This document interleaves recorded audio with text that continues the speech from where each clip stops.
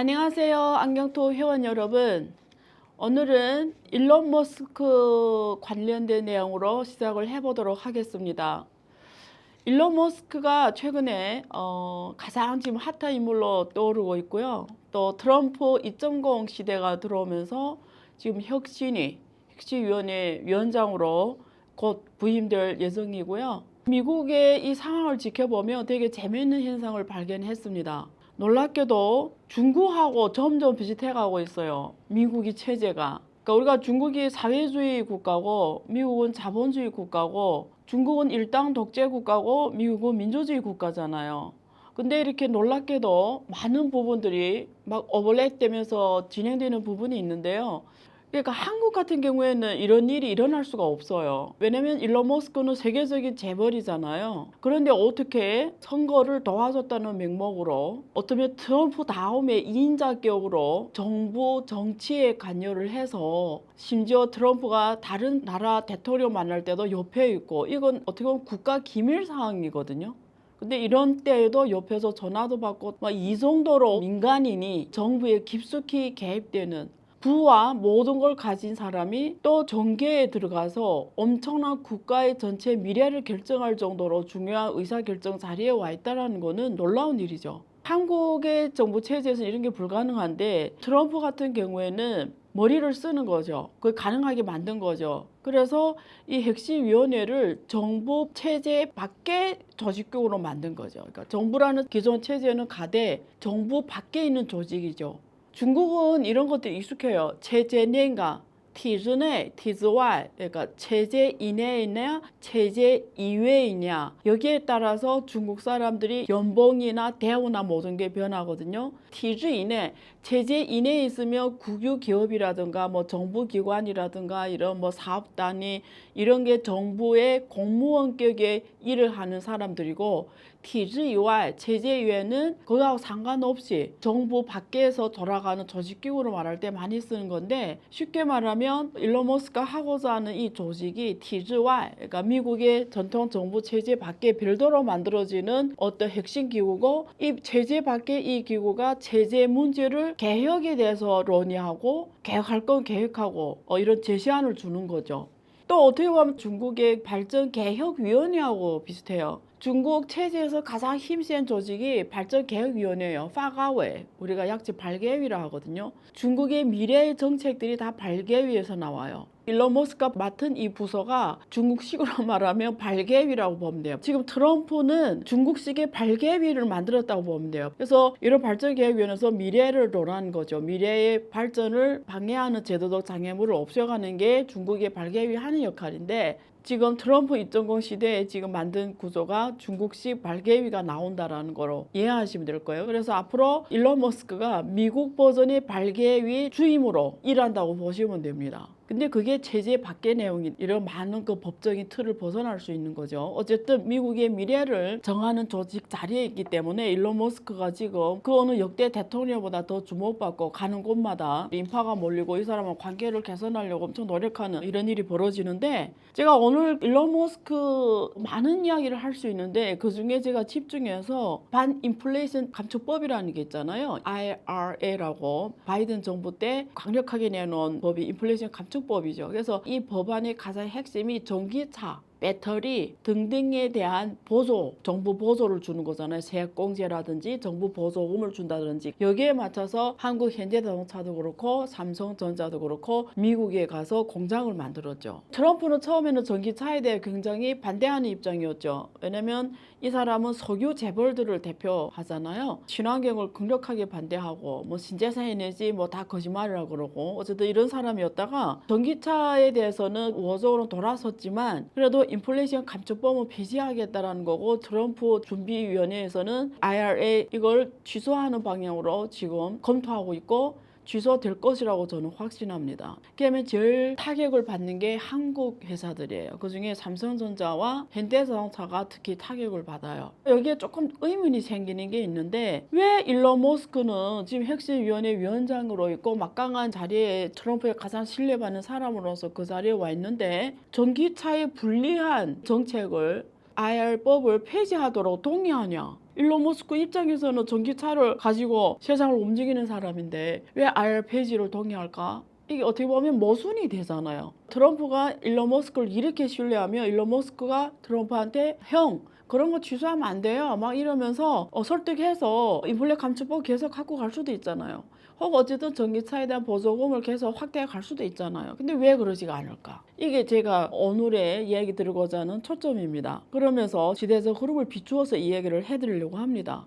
첫째, 일론 머스크는 이 보조금이 없어도 자기는 계속 갈 수 있다고 생각하는 거예요. 오히려 전기차에 대한 보조금을 없애는 게 테슬라에 대한 잠재적 경제자들을 다 없애버리면서 자기가 시장 독식을 할 수 있는데 더 유리하다고 생각하겠죠. 사실 2022년까지 테슬라의 전기자동차는 전 세계 70% 시장을 장악했어요. 지금은 46.2%로 줄어들었어요. 그게 왜 그러냐면 중국의 전기자동차들이 급속하게 가격 경쟁을 앞서서 전 세계 시장을 석권하는 것도 있고, 두 번째는 전통 석유 자동차 업체들, 여기 뭐 포드라든지 GM이라든지 한국의 현대자동차, 기아 뭐 이런 전통 자동차 업체들이 전기자동차로 다 중심을 옮겨가기 때문에 테슬라는 혼자 하다가 막 방대한 경쟁 업체들이 막 생겨나기 시작했고, 또 전통 석유 자동차 영역에서 잘하던 대자동차 기업들은 테슬라보다 훨씬 더 잘하겠죠. 하게 되면. 왜?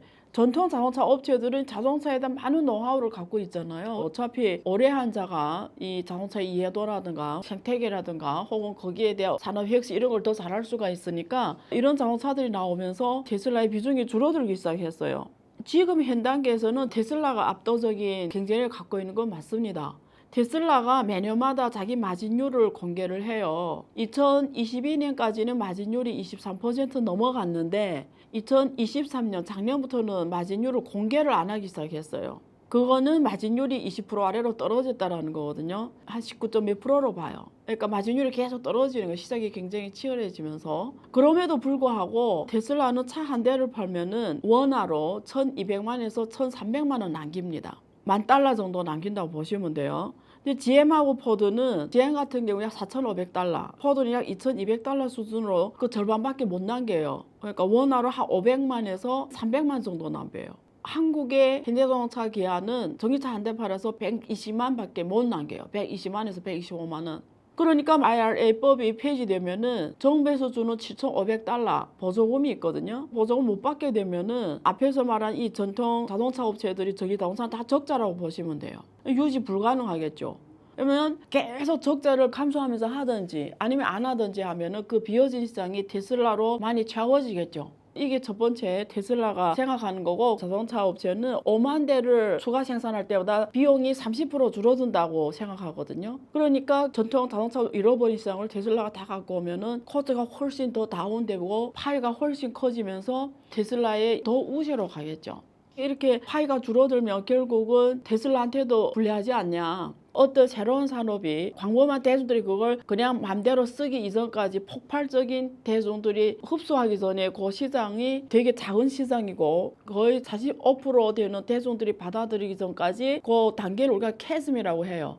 그래서 여기를 넘지 못하면 보통 벤처기업들은 죽거든요. 그래서 요 단계 마케팅을 캐즘 마케팅이라도 해요. 요 단계를 넘어서야 대중들한테 확 시장이 확산되면서 벤처기업이 확 커지거든요. 근데 전기자동차는 아직도 캐즘 단계에 있습니다. 그래서 되게 중요한 단계인데 지금 IR법을 취소하게 되면 많은 기업들이 이 캐즘 단계 넘기가 힘들어지겠죠. 근데 테슬라한테는 오히려 유리하게 되겠죠. 그래서 전체적인 파이는 작아질지는 모르지만 어쨌든 테슬라는 그만큼 자신감이 있다라는 거고요. 이 일론 머스크가 왜 이렇게 생각하냐면 두 번째 원인이 중요합니다.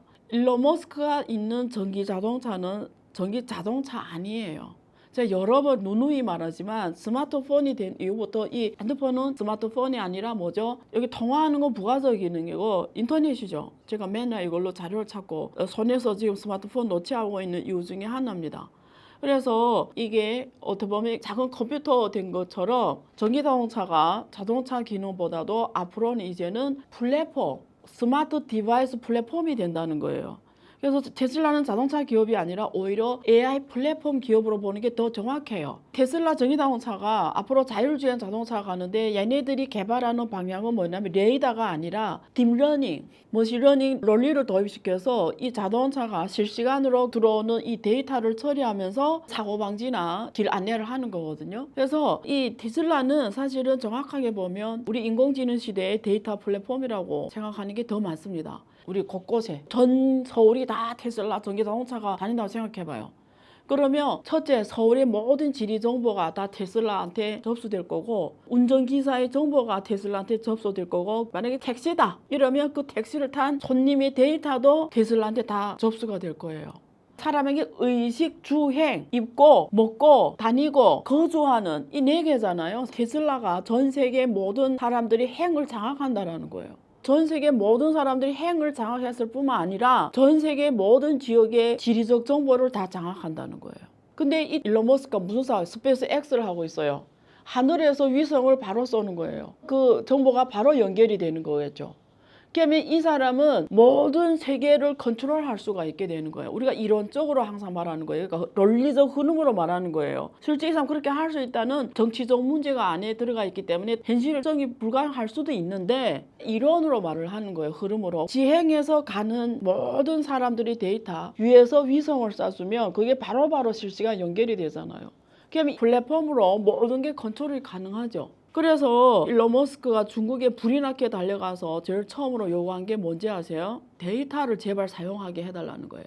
여러분 아시죠? 중국은 공산당 일당 독재다 보니까 굉장히 강력하게 인터넷이라든가 이런 언론을 혹은 이런 플랫폼에 대해 규제를 합니다. 근데 일론 머스크는 바로 내가 중국에 투자했잖니, 그리고 중국에서 모든 기술을 오픈 소스를 했고 중국의 전기차 산업도 발전을 했고 수준도 굉장히 높아졌고 이러면서 중국의 이런 전기자동차 산업의 발전에 엄청 공헌을 했는데 얘네 이 정도는 해줘야 되지 않냐, 데이터를 사용해달라고 가서 요구합니다. 일론 머스크가 왜 데이터를 사용하게 해달라고 요구했을까요? 자동차 한 대 팔아봤자 현대는 원화로 120만 원만 남겨요. 그 큰 전기자동차 한 대 팔아봤자 원화로 120만에서 125만 남겨요. 일론 머스크는 많이 남겨봤자 1000만 원에서 1300만 원 남겨요.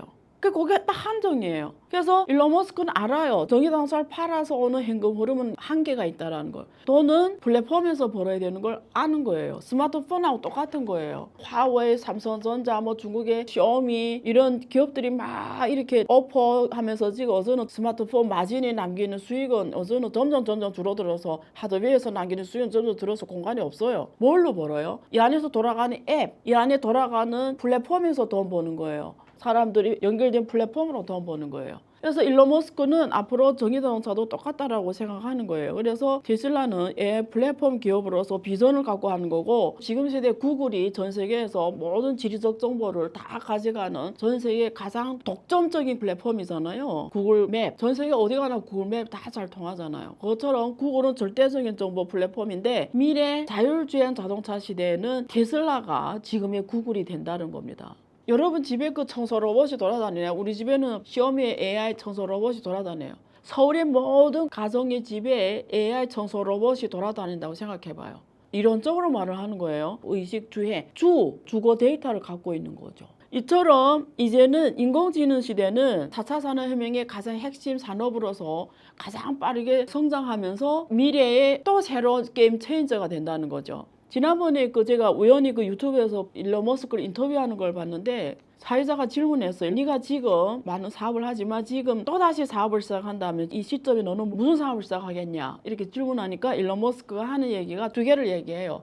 하나는 AI, 하나는 바이오입니다. 실제는 이 사람이 다 하고 있다고 보시면 돼요. 사람의 머리에 칩을 넣는 사업을 하고 있잖아요. 중국은 이미 자율주행 자동차 시대에 들어섰어요. 중국의 바이두가 한국말하면 네이버입니다. 네이버. 바이두에서 내놓은 로봇 택시가 무한에서 자율주행 자동차 택시가 이미 시행이 됐어요.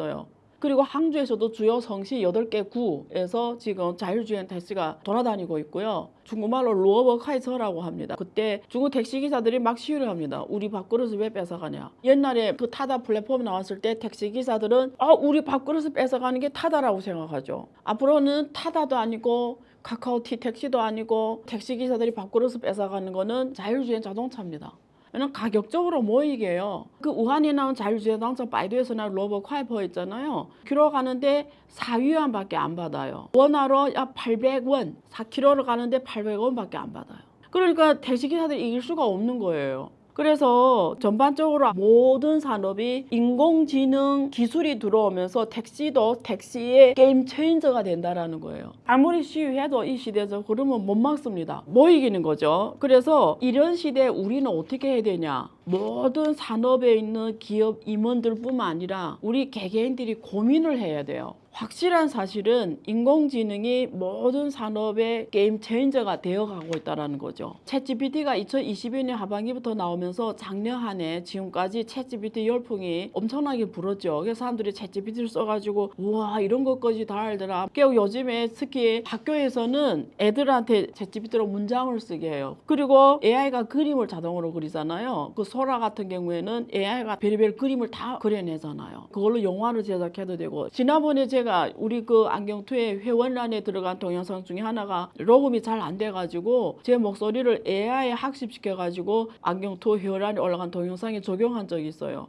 근데 목소리 저하고 똑같더라고요. 저를 학습시켜서 제 목소리로 제가 얘기했던 부분을 읽게 한 거거든요. 근데 제 목소리가 똑같아요. 구분이 안 돼요. 내가 말한 건지. 단지 그 중간에 쉼이 좀 달라서 티가 나긴 하는데 어쨌든 AI가 들어오면서 이제는 많은 산업이 변화가 옵니다. 그래서 AI 경제 시대에 어떻게 보면 하나의 위기입니다. 아까 막 택시기사들한테는 엄청난 위기예요. 또 다른 사람들한테는 엄청난 기회예요. 스마트폰이 된다면 이 안에 앱을 엄청 많이 쓰잖아요. 근데 이 앱 하나하나가 뭐죠? 하나의 회사잖아요. 하나의 창업이잖아요. 그래서 앱 하나하나가 수많은 데이터가 거기에 가 있는 거예요. 그 앱 하나로. 여기 무료로 영어 가르치는 플랫폼도 얼마나 많습니까? 무료로 영어 가르치고 우리 데이터를 거기에 다 갖고 가는 거예요. 그래서 미래는 데이터 중심의 비즈니스로 갈 수밖에 없고 결국은 데이터가 핵심입니다. 데이터가 없으면 인공지능은 그냥 철이에요. 기계.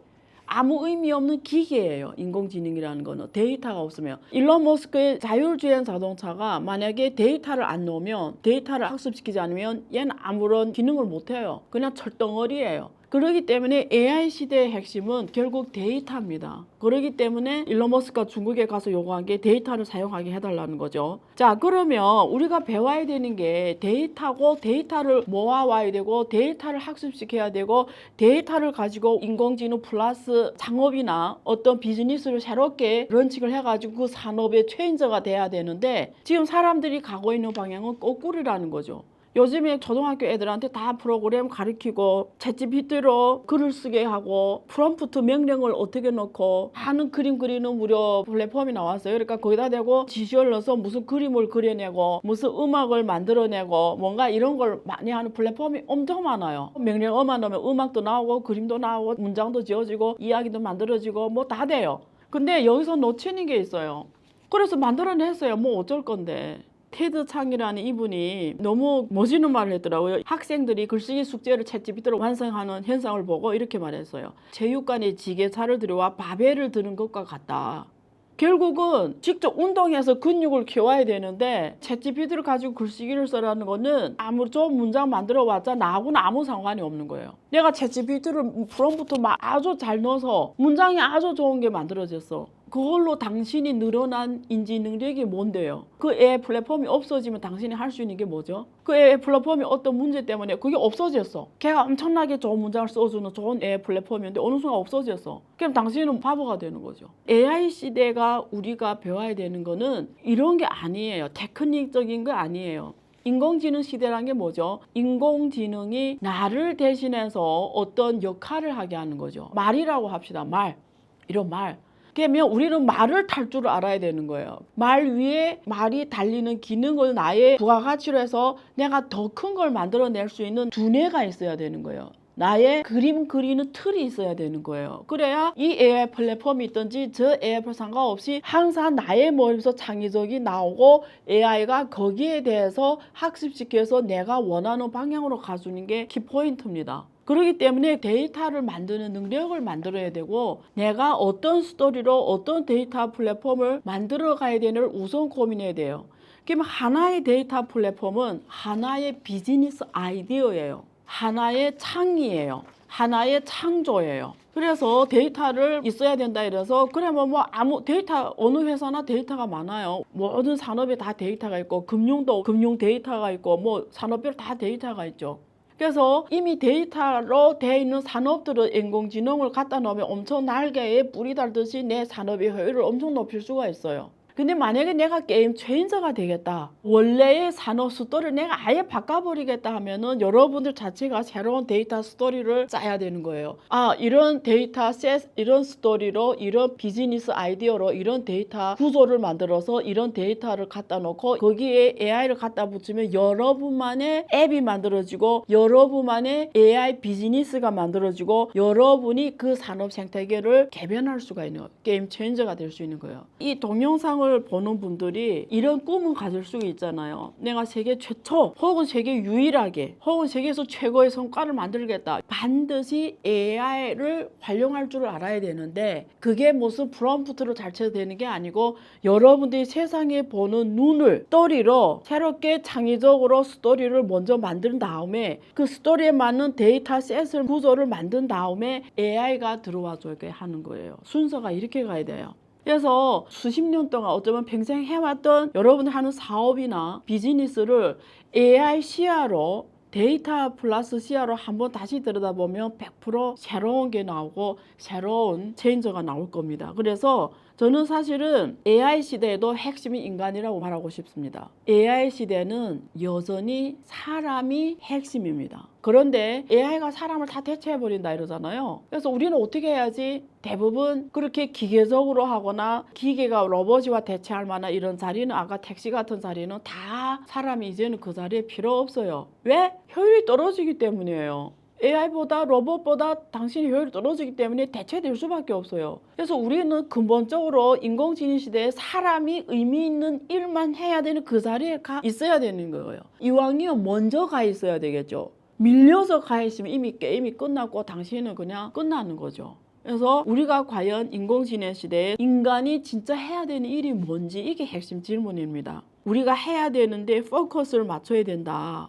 이렇게 저는 주장하는 거고요. 조사를 했습니다. 세계 CEO들한테. 근데 대부분 58% 이상의 CEO가 앞으로 5년 내로 AI 때문에 비즈니스 모델이 각 업계별로 비즈니스 모델이 크게 변화할 것이라고 답했습니다. 앞으로 5년. 그 말은 이 5년 사이에 모든 산업이 다 새롭게 바뀐다는 얘기입니다. 한번 눈을 감고 생각해봐요. 자본주의 사회는 왜 좋냐면 미래를 먼저 읽는 산업에 돈이 몰립니다. 자본은 미래를 먹고 삽니다. 그래서 자본주의 사회는 주식시장이 있잖아요. 이 주식시장의 주식이라는 거는 사람들이 투자한 자금이잖아요. 이 자본이잖아요. 이 자본은 항상 미래에 투자를 합니다. 여러분 한국거래소에 가면은 10년에 한 번씩 상위 10등의 시가총액 기업들이 명단을 쫙 뽑을 수 있어요. 한국거래소 홈페이지에 가면. 한국거래시장이 나올 때부터 10년에 한 번씩 우리가 텀을 해서 상위 1등 기업의 명단을 쫙쫙 제가 옛날에 자본시장 연구할 때 뽑아봤어요. 그러면 시대의 흐름이 바로 보입니다. 1970년대 정보통신 기술이 나오기 시작해서 지금 한 50년, 폰트레프 그 기술 주기에 50년이 지금 흘렀습니다. 그래서 새로운 기술 주기로 갈 건데 지금까지는 정보통신 기술이 인류의 성장을 이끌어 왔어요. 처음엔 인터넷이 나왔죠. 그래서 1995년부터 99년까지는 인터넷 시대였어요. 그때 스타트업이 막 나왔죠. 그때 나온 기업들이 뭐 지금 구글, 중국 말하면 알리바바 이런 기업들이 그때 나왔어요. 지금 다 세계적 기업이 됐죠. 그리고 2008년부터는 모바일 인터넷 시대였죠. 그래서 또 스타트업이 막 나오기 시작해요. 수많은 앱 기업들이 이런 스마트폰에 탑재가 되면서 우리 생활을 더 편리하게 됐죠. 배달의 민족 뭐 이런 게 다 대표적인 사례죠. 카카오티 택시도. 그리고 2020년부터는 챗GPT 시대에 들어섰습니다. 생성형 AI 시대에 들어섰어요. 그래서 저는 다 지금 AI가 몰리고 있어요. 모든 스타트 기업들이 다 지금 생성형 AI 쪽에 몰리고 있어요. 이런 게 시대적 흐름입니다. 본질이 뭐였냐? 1995년부터 99년, 2000년 인터넷 폭발 시대의 핵심은 세상의 정보를 보는 게 핵심. 우리가 보는 거예요. 인터넷 올라가 정보. 세상을 염탐하는 것이고 모바일 인터넷 시대 2008년부터 2012년 요 폭발적으로 성장할 때 이때는 너와 내가 연결되는 시대였어요. 블로그 통해나 페이스북이나 트위터나 이런 데 글을 통해서 너와 내가 생활을 서로 알게 되고 연결이 되는 거죠. 너와 내가 인스타그램, 당신과 내가 연결되는 이게 핵심 키워드였으면 이제는 생성의 AI 시대에는 데이터를 가진 자가 세상을 리드하는 세상이 온 거예요. 정보를 영탐한 데서 너와 내가 연결되고 이제는 그게 데이터로 하나의 플랫폼으로 가는 시대에 지금 온 겁니다. 그래서 앞으로 여러분들이 자신이 하는 모든 산업에서 이런 스타트 벤처 기업들이 나올 거고 하루아침에 1조 달러 기업, 빌리언 달러 기업이 되겠죠. 요즘에 삼성전자 주가가 계속 하락하고 지금 미국의 IRA 법이 폐지가 되면 현대자동차도 굉장히 위험합니다. 현대자동차는 전기자동차 영역에서 우세가 없습니다. 왜냐하면 전기자동차 핵심은 데이터거든요. 테슬라가 우위를 잡고 갔기 때문에 항상 이 테크 기업에는 1등이 모든 걸 다 가져갑니다. First take all. 구글이 모든 걸 다 갖고 갔잖아요. 테슬라가 모든 걸 다 갖고 갑니다. 이런 미래 대응을 제대로 못하면 아무리 코끼리 기업, 거대 기업이라도 한순간에 끝날 수가 있어요. 시대적 흐름을 빨리빨리 읽고 거기에 따라서 선도적으로 거기에 대응하는 기업만이 계속 갈 수 있고 거기에 투자하는 사람들이 결국은 위너가 되겠죠. 그래서 앞으로 저는 이런 흐름을 좀 빨리빨리 선도적으로 여러분들한테 전달해 주고 싶습니다. 근데 다행인 거는 저 같은 경우에는 그 중국 같은 경우에는 이 AI 비즈니스 생태계가 전 세계 그 어떤 국가보다 빨리 갑니다. 그러니까 미국이 잘하는 거는 원천 기술이에요. 기초 인프라를 정말 잘해요. 0부터 1은 미국이 만들어내지만 1부터 언개로 가는 건 중국이 잘합니다. 그래서 우리 일반 기업가, 우리 일반인들이 이런 미래 시대에 대응하기 위해서는 기초 인프라 기술을 우리가 공부해서 뭐 하기는 힘들어하잖아요. 일반인들 같은 경우에. 그럼 우리는 응용을 잘해야 되거든요. 그런 면에서 중국 기업들이 어떤 스토리로 어떻게 응용을 하냐를 먼저 가서 보는 자가 위너가 될 수가 있어요. 그리고 이거 연결시킬 수가 있으면 앞에서 제가 말한 이런 데이터 스토리를 잘 만들어낼 수 있으면 지금부터 그 데이터를 만들어내는 플랫폼을 내가 갖고 가면 여러분은 어떤 산업이 또 위너가 됩니다. 이런 내용으로 이번 14기 독서 모임 강연을 준비를 했습니다. 유튜브로 이렇게 계속 한 30분짜리 찍고 이런 내용을 전달하기에는 깊이 있는 분석을 해주기가 힘들고 또 저도 유튜브를 보면 이렇게 막 깊이 있는 이야기 길게 하는 걸 별로 잘 듣게 되지 않더라고요. 그래서 보통 이런 주제는 강연이 좋거든요. 강연. 그래서 제가 독서 모임 강연은 늘 깊은 아주 중요한 시대에서 이슈를 제가 깊게 그리고 실제 응용까지 하도록 강의하는데 초점을 맞추었습니다. 독서 모임 강연은. 뭐 이론만 강의하는 게 아니고 일반 기업들이나 우리 일반 개인들이 자기의 비즈니스 혹은 자기의 생활 이런 데에 선도적으로 적용하기 위해서 반드시 알아야 될 걸 초점 맞추고 강연을 합니다. 그래서 이런 시대적 흐름 플러스 실제 성공 사례 거기서 우리한테 주는 인사이트 중심으로 강연을 진행합니다. 그래서 시간 되시는 분들은 강연을 들으시면 특히 이런 선도적으로 대응하고 싶은 기업들이나 혹은 우리 개인들이 선도적으로 들으면 되게 도움이 될 거예요. 그래서 간단하게 제가 소개하면 강의는 3차에 걸쳐 진행이 됩니다. 보통 3개월 1기수로 진행되는데요. 마지막 넷째 주 토요일에 진행됩니다. 그래서 1회차 주제가 이번 11월 23일에 진행이 되고요. 주제가 AI 경제 시대 우리가 배워야 하는 것은 AI 도구 사용법이 아니다 라는 주제로 진행이 되고요. 책도 추천드렸습니다. 이 책을 사전에 읽고 오시면 강의 듣는데 훨씬 더 재밌게 들을 수가 있겠죠. 2회차는 12월 21일에 진행이 되는데요. 2회차 주제가 나의 AI 경제 시스템 구축하기입니다. 그래서 여기에서 추천하는 책이 있습니다. 그래서 이 책도 읽고 오면 좋겠죠. 넥스트 빌리언 달러 앞으로 10년 AI 진짜 임팩트가 몰려온다. 제가 2회차 강연에서 추천하는 책이고요. 그리고 1월 25일에 14기 3회차 강연이 있습니다. 주제가 중국 AI를 활용한 비즈니스 성공 사례는 우리는 어떻게 활용할 것인가. 중국의 AI 응용에 대해서 집중적으로 성공 사례 중심으로 강의하는 겁니다. 세 번째 책 추천하는 거는 한 권으로 끝내는 AI 비즈니스 모델입니다. 그래서 이 책도 읽으시면 여러분 하는 일에 많은 그 아이디어를 받을 수 있을 겁니다.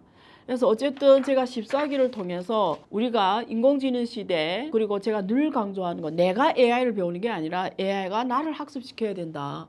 그러면 AI가 나를 학습시키기 위해서 내가 갖고 가야 되는 건 무엇인가, 여기에 초점을 맞춰서 준비를 해봤습니다. 관심 있는 분들은 한번 들어보시면 좋을 것 같습니다. 자, 오늘은 여기까지 하겠습니다. 구독과 좋아요를 꾹 눌러주시고요. 항상 응원해 주셔서 감사합니다.